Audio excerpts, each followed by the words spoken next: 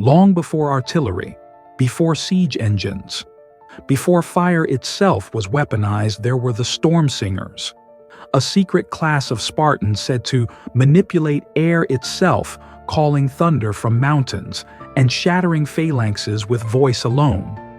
Most historians call it legend, noise warfare, psychological tactics, but hidden deep in the cave of Tainaron, carved on stone no tool could chip, lies an oath. We sang the sky into rage. We shattered clouds and men alike. The storm was our weapon, and the gods we defied began to listen. This is not the Sparta you know. This is the lost history of the storm singers. In 424 BC, during the Peloponnesian War, Sparta faced its most humiliating defeat, the Battle of Sphacteria. Athens had blockaded Spartan forces on a small island and captured 292 elite soldiers. But here's what's strange. Just 2 months later, Athenian ships were torn apart by a storm with no forecast, no signs, and no precedent. Sailors described voices in the sky, followed by wind that screamed like metal.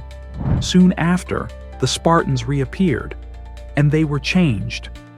According to a fragment from the lost journal of Diodorus, a Theban chronicler, a new Spartan unit emerged from Mount Taygetus shortly after the island incident. They carried no shields, no armor, only thin black robes, and small bronze cones like horn mouths, etched with wave-like runes. They sang before battle, not chants tones, low, drawn-out frequencies that made the air vibrate. Then the lightning came. One Athenian deserter testified under interrogation. It wasn't thunder from above. It was pulled from the ground like the sky had been taught to bleed.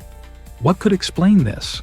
Some scholars argue psychological warfare, infrasound, synchronized chants, intimidation tactics. But others, like controversial archaeologist Dr. Helena Marcus, suggest a different possibility. In a 2019 paper suppressed by the Hellenic Historical Society, she described quartz-lined caves near Sparta capable of producing acoustic resonance strong enough to disrupt brain waves. These caves match locations where the storm singers were rumored to train. More shockingly, she claimed to find a buried resonator staff made of bronze and crystal, designed to amplify human breath into infrasonic frequency. The device was stolen from her lab the night after publication. No suspects, no footage, only a scorched floor where the staff had rested.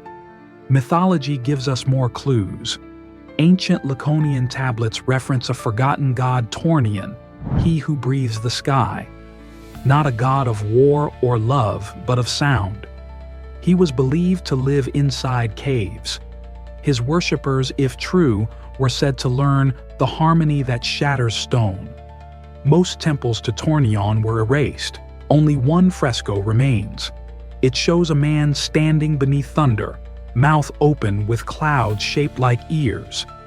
Was Tornion a metaphor, or a real force channeled by human resonance?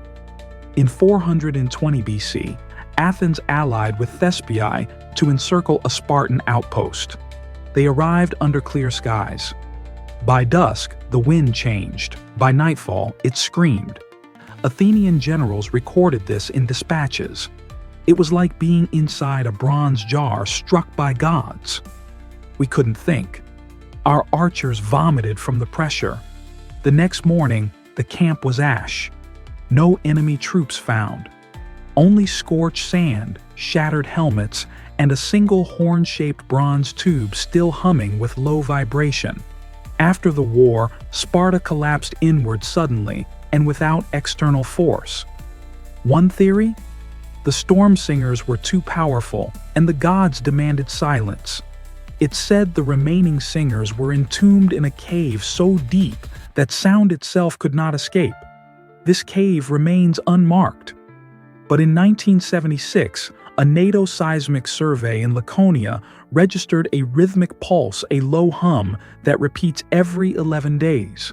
No tectonic reason, no water flow, just a heartbeat.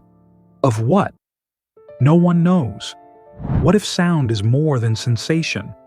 What if, in ancient times, it was a weapon, a key, a god? The storm singers of Sparta may be myth to most, but to those who have heard the earth vibrate, felt the air thicken without wind, they remain a warning, because silence is safe, but voice can break the sky.